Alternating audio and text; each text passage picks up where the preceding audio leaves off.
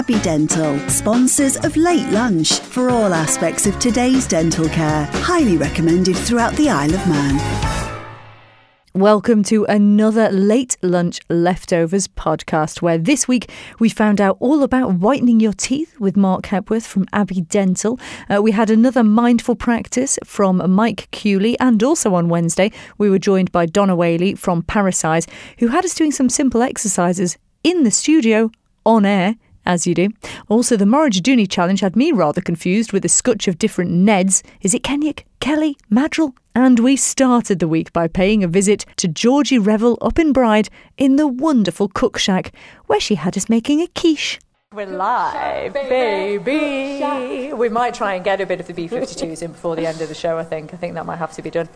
So we are making a quiche. We are making this. I've washed my hands in readiness, yeah. So I might put the mic down so I can help. Excellent. We will need your help, Christy. Okay. So today what we've got here is these are from the Co-op and they're rather divine. They're lightly smoked salmon fillets, and I've cooked them for about 15 minutes, and look at them, they're just flaking apart. Wow. So good for you. So we're just going to scatter those. I know you really want this on your hands, don't you, darling? I do. I'm quite happy so let's just scatter them on. We've also got some Paddy's delicious smoked salmon, and we're going to get Liz to just chop that up a little bit. Hi, Liz. Oh, thank you so much. And we're going to put some shallots I've cut in and some garlic. Are you going to put in a shallot of them? A shallot of them. And look at this. These are, this is asparagus, Manx asparagus, McNeil up at Derby. First of the Manx asparagus from Robinson's, available from Robinson's. And these have been blanched in boiling water for a minute and then plunged into ice cold water. And see, it retains the colour and the vitamins, and then you can just, do this. Do I need more salmon, or is that enough? Should I put a bit more on the edge? You can put a little bit. You can put a little bit, and then we're going to put the slightly smoked salmon around it too, just a little bit. And it's a special day for asparagus as well, I understand. It is National Asparagus Day, Beth. Yeah, absolutely. Yeah. Do I mention the fact that if you eat asparagus, quite often you know about it a little later on? Yeah, it does. It does change the smell of your wee somewhat, I think. But you know what? It's all good. I think it probably is removing toxins, or you like to think that's the reason, don't you? So once you've done this, how long will it need to be cooked for? So we will cook this. As you can see, I have not blind baked the pastry. Because we've got an agar, we can just put everything into the pastry, straight onto the bottom of the oven, and there'll be no soggy bottom. Can I just ask you a quick question? Does blind baking it mean you'd have done it with a blindfold on? Without looking? Well, I don't know where that word came from, but no, I would have put some parchment in the pastry, put some heavy beads, ceramic beads or something to weight it down, or some beans, and then I would have put it in the oven for 10 minutes, and then brought it out and removed the parchment. It just gives the pastry a crisp layer, so that you don't get the soggy bottom. But with the agar, anything is possible. We don't worry about soggy bottoms here. So we want the salmon, do we? We're going to put some of the salmon and the shallots and garlic. And we've got some beautiful tarragon here from Starvey Farms, our very own island, Starvey Farms. Isn't it incredible what we can get over here? We can get everything here. And my business wouldn't be what it is without the help of so many other local businesses like Robinson's, like W.E. Tears and Ramsey, who Mark and his colleagues, they come in here and they put meat in the fridge. And, apple orphanage juices. We've got beautiful apple orphanage juices that we use here. Laxi flour delivered to me. It's just an amazing island. I'm never, ever leaving. As well. All you homegrown. grow your own stuff too? We do. We do actually need to go and get some parsley and some chives from the garden. Ooh. So maybe if we've got a minute, we can do that. What do you reckon? reckon? Do with this? Right, so we're going to scatter those all around. Okay. Just scatter them around. We need to go and get some parsley. And we're going to put a bit of parsley, some chives. Then we're going to mix up some Isle of Man creameries, double cream, with some creme fraiche. And we're going to put some eggs in it. Lovely eggs from Balakai Farm, just Willie Christian, just down the road. We're going to use 4 whole eggs, and we're going to use 2 egg yolks. Amazing. Shove it in the oven, and there's my tea. The Nation Station, Manx Radio. So So I mentioned we have had a question in from Kath, and thank you very much for getting in touch, Kath. And Donna, she wants to know, I've recently had breast cancer and had a mastectomy in January. I'm frustrated as was extremely active, used to work out at least once a day, boot camps, Zumba, yoga and weights. Is Paracise something I could do, or will it be too slow? And she adds that she's only 47 and she's not sure if Paracise is actually something that's just meant for older people. No, it's not. There's people of all different ages, people from their 20s all the way up to their late 80s. So it is a real cross section. And the great thing with it is you can work at your own level. So you can take it up or down. So for Kath, if she could manage a little bit more, then absolutely fine. Best thing I would suggest is coming to try the class. If you've got any questions like that, if you're unsure, first class for everyone is free of charge. So it's just a case of coming along, see what you think. And until you try it, it's hard to imagine what it's going to be like. That's obviously a very short example. But when you come and hear the soundtrack and everything together, it's a great session. So it'd be lovely to see her there. And do you have a split between men and women in your classes? Predominantly female at the moment, which would be great to try and get more men involved. I had one man this morning in Port Erin, for example, but it would be great to get more men involved. And Joanne's been in touch to ask, do you have a class in Ramsey? That's the one I'm working on at the moment. We've covered pretty much the rest of the island. So we've got Douglas, Onchan, Braddon, Peel, Port Erin. And we've also recently brought in an evening class on a Tuesday night. So I'm looking at Laxey or Ramsey for the next one. Just need to create another day in the week. And you've got, I think, a special event coming up in May, on May the 21st, is it? Yeah, so on the 21st of May, we've got a charity Paracise open to all, and it's to raise funds and awareness for Huntington's disease charity, Isle of Man. I came into contact with this charity from Helen Martin, one of my Paracise clients who comes to my evening class. Someone very close to her has Huntington's. So we've kind of got together and decided to hold this event on the 21st. Wonderful. Well, you can find all details about that on Donna's Paracise page, Paracise with Donna, if you just search on Facebook. Her number 492132, and we'll put all the links on the Late Lunch blog. But thank you very much. I feel good, actually. I feel lighter. Yeah. So lighter physically, and then, as we said, when Mike was in last time, floaty light after we do the mindfulness. It's just so good. I love Wednesdays.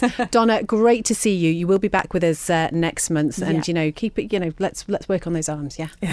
Okay.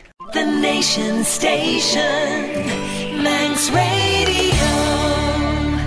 We're talking mindfulness now. We've got Mike Cooley with us again for our midweek mindfulness, and we're going to be talking all about what you referred to in your podcast, which of course will be available after the programme. We'll post that. Worth subscribing to, so you get the notifications that this podcast when the new ones are released. And we're getting fantastic feedback on these podcasts from people who are listening every single week to hear these little nuggets of wisdom. But on the show itself, always great to chat about the practice itself and what it means. And as we were saying just at the top of the show there, Mike, mindfulness is something that can be so useful. We'd think of it more about the mind, but what you're talking about today is actually the body. Yeah. So one way maybe to think about mindfulness is, as long as we're alive, we have sensory experience, and that's thoughts, that's sensations, emotions, good, bad and ugly. Mindfulness acts as a kind of operating system for sensory experience. So it makes good sense, if all we're going to experience is sensory content, it's basic sense to know how to work with that, because it's all you're going to experience. And we often don't. We don't know how to be with thoughts, we don't know how to be with sensations, emotions. So mindfulness is a way to kind of work with all that content. And of course the body is that's where all that stuff lives, emotions, sensations. And sometimes the body is a place of rest, and it's home, and it's clear, and it's a nice place to tune into, but often it's hell as well. So it's how do we work with that? How can we be in hell? How can we be with the body when it's in discomfort? And how can we really tune in and soak up what's good about the body when it feels nice or at rest or peaceful? That's a really big question. Can you tell us how? Yes, with practice. But it's based upon our attention and focusing into the body. And so I've just finished a course on pain last night. And actually, many of us, it's rare to experience pain. what I mean is you don't just experience pain by itself. Because if you just experienced pain, well, that's quite a clear sensation. We experience pain mixed with thoughts, mixed with dramas, mixed with reactions, mixed with emotion, mixed with what's going to happen to me when, etc., etc. So it's never just pain. If you experience just pain, like pure pain, that's a very mindful experience. It's usually mixed up with all this other content, which makes it much worse than it is. It exacerbates pain. So what we do in mindfulness is reduce down to the actual sensations themselves. You know, you quieten the mind, you drop off the emotional reaction, and suddenly you're able to really kind of almost hold in your hands painful sensations. And when you meet it in that way, often they will melt, relax, dissipate. Sometimes they will literally disappear, which may sound shocking, but these are common reports. The pain I have suddenly disappeared when I focused on it. And most of us spend our lives trying to run away from pain, get out of the body, escape, which is, yeah. But it's rare to be asked, well, what happens if you focus into the pain? And, you know, it takes some courage. You can practice it. But what often happens is quite shocking in the sense of I didn't know I had that much power. The Nation Station, Manx Radio. But now we are going to talk about tooth whitening. This is a service that is available at Abbey Dental, and I had the very great pleasure of going down and experiencing some of this service, because you have to go and have some moulds done of your teeth. You had the worst bits. Yeah. What I had the worst what? The worst bits when you do impressions. Oh, and all right, the not the worst impressions teeth. No, not the worst teeth. I didn't say... You're obsessed with your teeth at the moment. Yeah. I know. Well, it's because you have got a little bag with you, and you've got the impressions. Let's do the reveal of what's in the bag. Essentially, I'll just talk you through what happened. I went in, very lovely receptionist, took me through the little health thing that you have to go through that we talked about, the health history. Went through to Mark. He looked very professional in his coat and gloves and everything, and had a brief checkup. Everything was amazingly wonderful. And I'm just pulling Mark's... What was it? I'm pulling Mark's mic down there. And then you have to have this sort of stuff put in your mouth to make the mould. And actually, it was fine. It wasn't remotely painful at all. You probably look a little bit Mark stupid. actually demonstrated it when he was in last time, didn't you? Having That's right. a mould Yeah. done Yeah. with the alginate, was The it called? alginate, yeah. Alginate. Very good. It's a mixture Very of gypsum and kind of sea. It's not gypsum and seaweed, but it's obviously extracted from those. Yeah. So so we get a nice, accurate sort of model of your teeth. They're in the pot. You hold it up, we'll be able to show it to the camera Where as am I well. going? So So- he's got a bright pink a container bright pink here. one. That was probably so I could see it and not lose it. So how long did it take once that process was done in the dental chair to getting the moulds made? Right.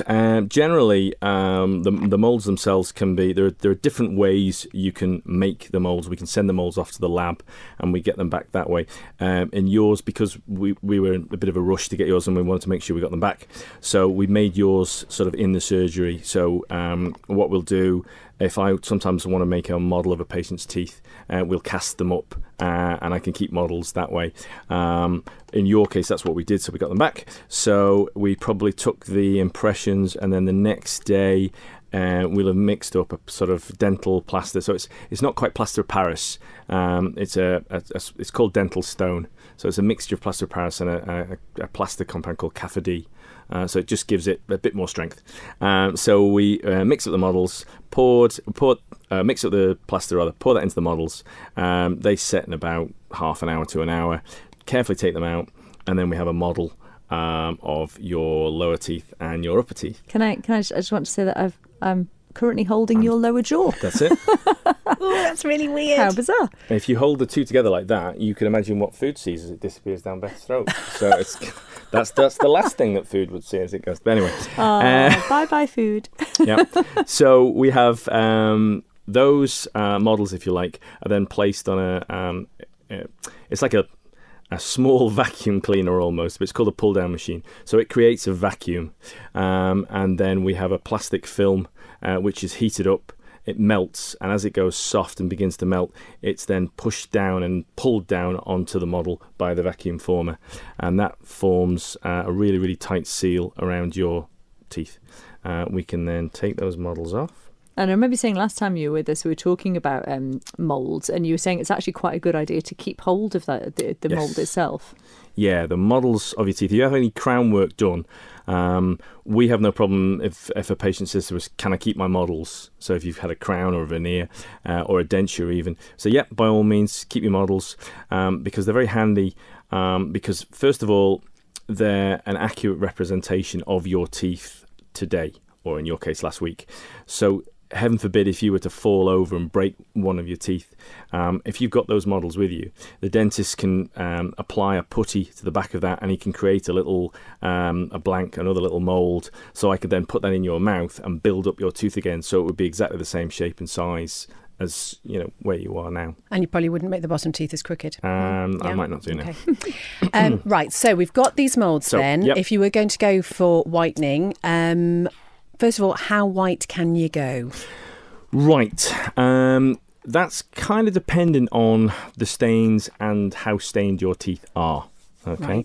Right. It's very difficult for a dentist. If Joe Bloggs walks in the surgery and he's got quite stained teeth and he says, I want to go from this colour to Ross from Friends white or toilet bowl white, I would never say to a patient, yeah, I can do that, because I don't know how well he will react. There are actual certain shades of teeth. We have a shade guide which actually has kind of lots and lots of shades on it. But there's different colours. So there's like a grey tooth, there'll be a yellow tooth, an orange tooth, and then there's a kind of reddish tinge to teeth. Now, the grey shades are really difficult to whiten. So you can sometimes look at someone and you go, yep, that will get a really nice result with that. And they will whiten, but it takes ages. It's very, very slow. So it's not that the effects are unpredictable, but they're predictable. You don't know how quick it's going to be. Sometimes it's slowly, sometimes it's quick. The Nation Station, Manx Radio. We need to put the Moghrey Jedoonee challenge to bed, I think. We do. We get set a challenge every Sunday morning by Simon Clark and Phil Gaughan. It's a Manx-related challenge, obviously, given the nature of their programme. And they are trying to educate us in the way of Manxness. So this is the challenge that they set us this week. Shul, shul and dunne bach. Rai, rai and erenjach. Liga, liga, liga dunne sir. Chen Tommy a clash in a chen rain grey, trade what bondrus na Lianowin. How was that? Who is it? Why was he so important? And what was the rhyme that he read out there? It was very kind that some people did get in touch to say that they thought they might be able to help us with this. So thank you very much to everybody so far who has been in touch to help with this. But we think we've got it. Yes. Okay, we go. do. Okay, so, and I'm going to do a special shout out to Simon, who actually heard this mentioned on Sunday, and I can say his name now because he did admit to it after I basically outed him on the radio. So Simon, who sent this in within minutes of it being aired on Moghrey Jedoonee, said that he believes that it is Ned Madrell, the last native Manx speaker, and he sent me a bit of text. Shul, shul and Dunnabocht, walk, walk the poor man. It's a children's rhyme, and the rest of it we think is run, run the farmer, gallop, gallop, gallop the gentleman. And then, as Phil said in the longer piece from Sunday, that after that Ned then says, that's what I heard the old women saying when they'd be nursing the infants. So as you said, we've had quite a few people message in with suggestions that it is him, that it is Ned Madrell, and we think that's it. And the reason Ned Madrell was so important because he was the only remaining person of that time who could claim to have spoken Manx Gaelic from childhood. So that is our answer. I really hope that we've done well this week. Yeah. So I feel we've done well so far. So we kind of... The lovely thing about it as well, he said that he was at that time. Now there's lots of children who have sort of restarted that and who have also been speaking Manx Gaelic since childhood, which is fantastic. It really is. Fairly tough one, I think. It was tough, so I would... But I must mention that I heard, let's listen to Late Lunch, I don't know if it was Monday or Tuesday of last week, when they first played it to have a listen to what the challenge was. And Christy goes, oh yeah, that's Ned Kenyakan. I really fell off my chair laugh. I was picturing Ned behind the horses. Get away with you. Yes, well, it could have been Ned Kenyak, but no, Ned Madrell. And yes, poor fella died in 1974. And at that stage, he was the last native speaker that was prepared to admit that he was a native speaker. Right. We think there may have been others that had some Manx that lived a bit longer than Ned, but he was the last native speaker officially recorded as such. But by the time Ned died, actually, there were a lot more people learning Manx. So the low point for Manx was 1961, or the census in 1961, where I think there was only 161 people claimed to be Manx speakers back then. By 1971, the numbers had jumped by another 100 or so, and the revival and fortunes for the language had already begun. So yeah, Ned Madrill was the man. He was important because he was the last of the native Manx speakers, but also because he imparted so much knowledge to people. Loads of students went round. Our great friend, the great friend for this show, Brian Stoll, of course, learned a fair bit of Manx from Ned Madrill. Yeah, a really fantastic and important person for the language. So that's 2 points then. So they got Ned Madrill in the end. And they got that he was important because he was the last native speaker. So how did they get on with the rhyme? Yeah, now I would drop a point for Bocht, because it's not Bocht, it's Bocht. And you've just got to remember with Manx, the vowel sounds are always about 4 or 5 times longer than you might think. Bach. That's it. That's much closer there. So, but yeah, it was good. The translation was perfect. I think they did very well this week, even with a huge amount of help from one of our listeners. Those are all our late lunch leftovers for this week. Do tune in for the main helping on Manx Radio, weekdays just after 2 p.m. Every week, of course, we'll have our regular features with Duxford Diaries. We'll have Mark Tiley's Greatest Hit, Midweek Mindfulness, and plenty more with our monthly guests as well. But for now, thank you so much for listening to the Late Lunch Leftovers podcast. We'll see you again next time. Abbey Dental, sponsors of Late Lunch for all aspects of today's dental care. Highly recommended throughout the Isle of Man.